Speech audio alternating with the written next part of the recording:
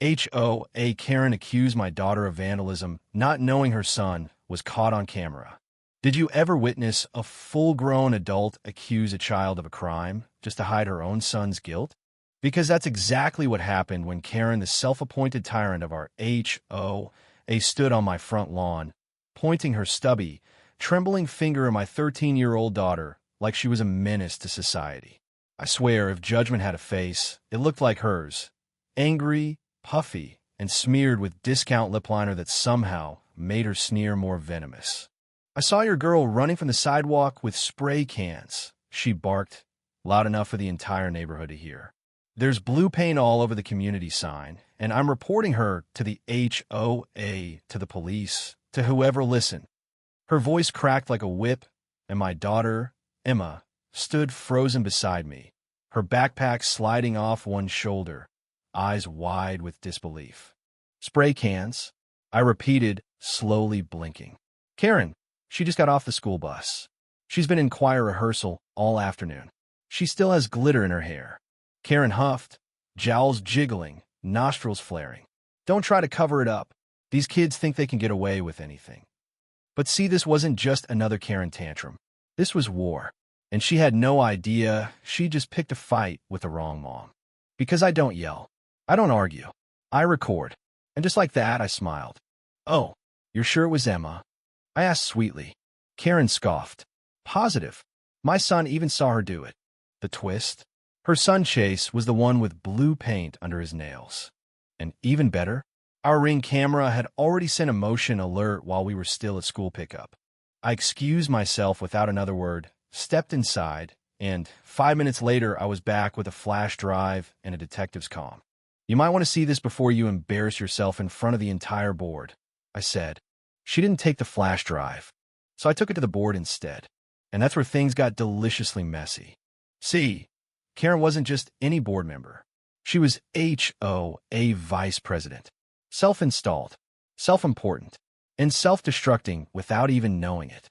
At the next meeting, which she insisted on holding in the clubhouse for public transparency, I arrived early, passed the footage around to every other board member like a tray of cookies, and waited. It showed everything. The time-stamped video revealed Chase sneaking out with a can of blue spray, paint from under Karen's porch. He giggled, tripped over a garden gnome, and then started tagging the community welcome sign with a sloppy version of his TikTok handle. He even took a selfie with it. That would have been bad enough.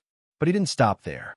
He tagged 2 mailboxes, one of which belonged to the HOA president, and then tried to throw the spray can into our recycling bin, where it landed right on top, perfectly visible, still dripping. Cue the meeting. Cue the rage. When I stood up with a polite smile and said, "Karen, I believe you owe my daughter an apology," she blinked. Once, twice, and then screamed. "This is a setup. She faked it. That's Photoshop." Oh, but it wasn't. The HOA president calmly took the flash drive from my hand and said, "This looks like Chase to me."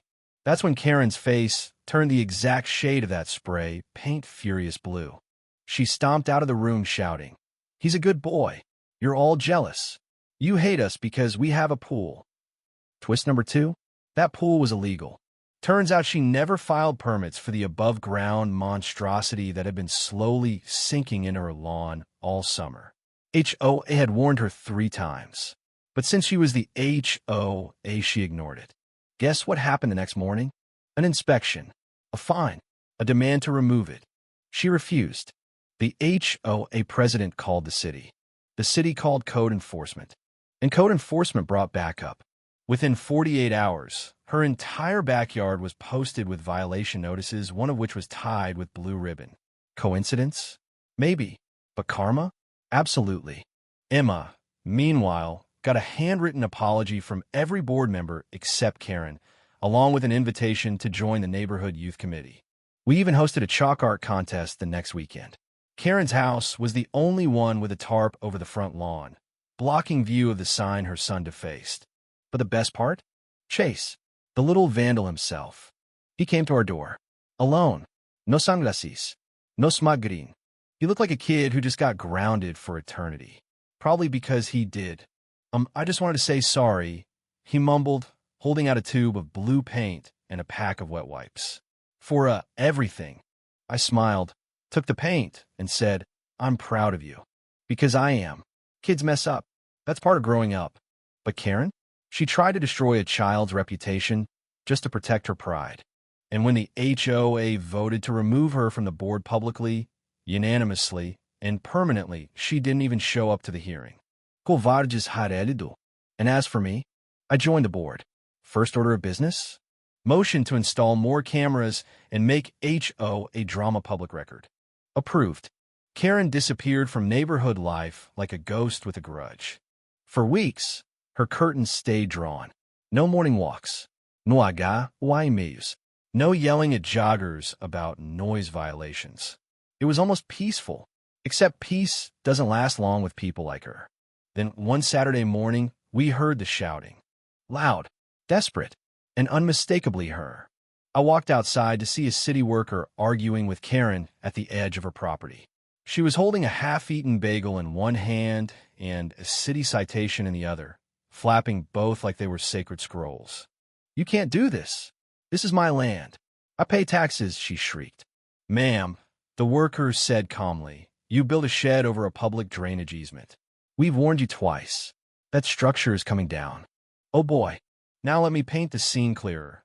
Karen had built a shed behind her fence that butted up to the back alley, trying to create what she called a privacy buffer. In reality, it blocked runoff from 3 properties during storms, mine included. That explained the ankle-deep water that ruined my garden bed last July. I watched as the crew rolled in. Saws, crowbars, a backhoe. Karen stood on her porch, screaming curses like a Shakespearean villain. And then, as if fate itself couldn't help adding flair, the entire shed collapsed with one long groaning crack, the roof tipping sideways like a hat on a drunk man. Out spilled bags of trash, dozens of Amazon boxes, and a stack of HOA signs. Hundreds, all marked with the logo she'd banned and redesigned herself. Apparently, Karen had been hoarding the old signage to keep anyone from putting them up again. She wasn't just petty, she was historic-level petty. The HOA president was called. So were reporters. So was Chase's school principal.